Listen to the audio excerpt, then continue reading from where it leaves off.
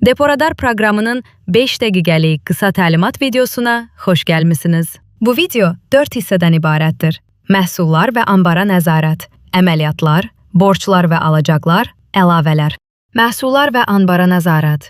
Məhsul əlavə etmək üçün məhsullar bölməsinə daxil olub, yeni məhsul düyməsini basırıq. Məhsulun adını, kodunu, maya dəyərini və satış qiymətini daxil edirik. İstəyə görə ambardakı ilkin sayını da qeyd edə bilərik. Yaxud bu hissəni boş qoyub, ambardakı miqdarı daha sonra dəyişə bilərik.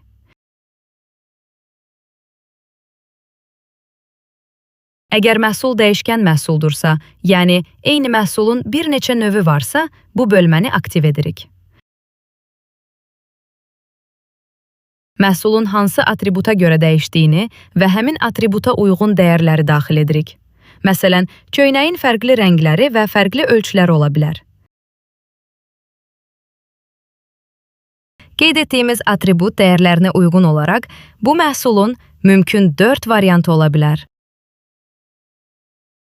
Bu variantları avtomatik, yaxud tək-tək yarada bilərik.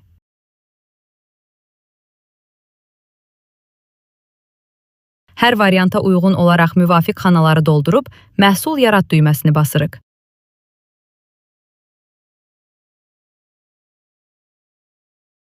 Bu bölmədən anbar qalıqlarına nəzarət edə bilərik.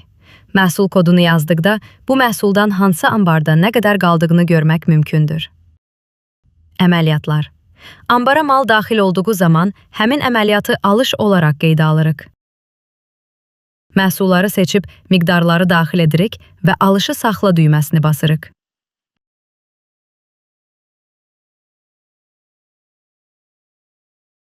Həmçinin satış əməliyyatlarını da eyni qaydada sistemə daxil edirik. Köçürmələr bölməsindən ambarlar arası köçürmələr, düzəlişlər bölməsindən isə ambardakı məhsulların sayında düzəliş etmək üçün istifadə edirik. Məsələn, ambar sayımı səhv aparıldıqda sayı artırmaq,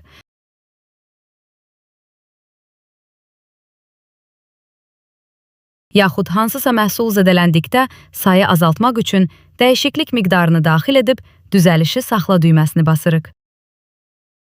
Borclar və alacaqlar. Borclar və alacaqlar bölməsi tədarükçülərə olan borcların, müştərilərin bizə olan borclarının və bütün ödənişlərin hesabatını aparmaq üçündür. Buradakı məlumatlar alış və satış zamanı yaranan natamam ödənişlər əsasında formalaşır.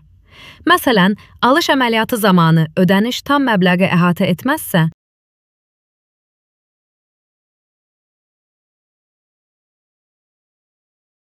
qalıq məbləğ tədarükçü borcları bölməsində görünəcək. Ödəniş et düyməsini basmaqla həmin borca uyğun, tam, yaxud hissəvi ödəniş etmək mümkündür. Buradan isə ödəniş tarixçəsinə baxa bilərsiniz. Əlavələr. Tənzimləmələr bölməsindən şirkət məlumatlarını və platforma ayarlarını idarə etmək mümkündür. Burada qeyd edilmiş şirkət məlumatları elektron fakturada əks olunacaq.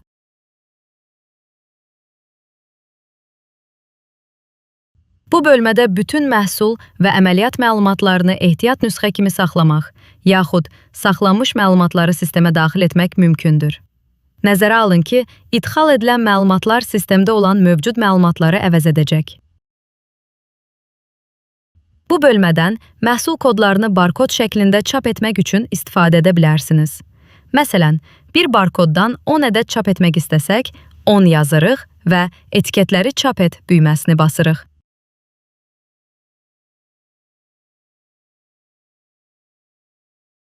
Bir neçə məhsul üçün barkoda ehtiyacımız olarsa, həmin məhsulları seçirik. Hər məhsul üçün neçə barkod lazım olduğunu qeyd edirik və seçilənlərə tətbiq et düyməsini basırıq. Gördüyünüz kimi, yazdığımız rəqəm bütün seçilmiş məhsullara tətbiq edildi. Artıq etiketləri çap edə bilərik. Əgər bütün məhsullar üçün barkoda ehtiyacınız olarsa, bu bölmədən istifadə edərək onları çap edə bilərsiniz.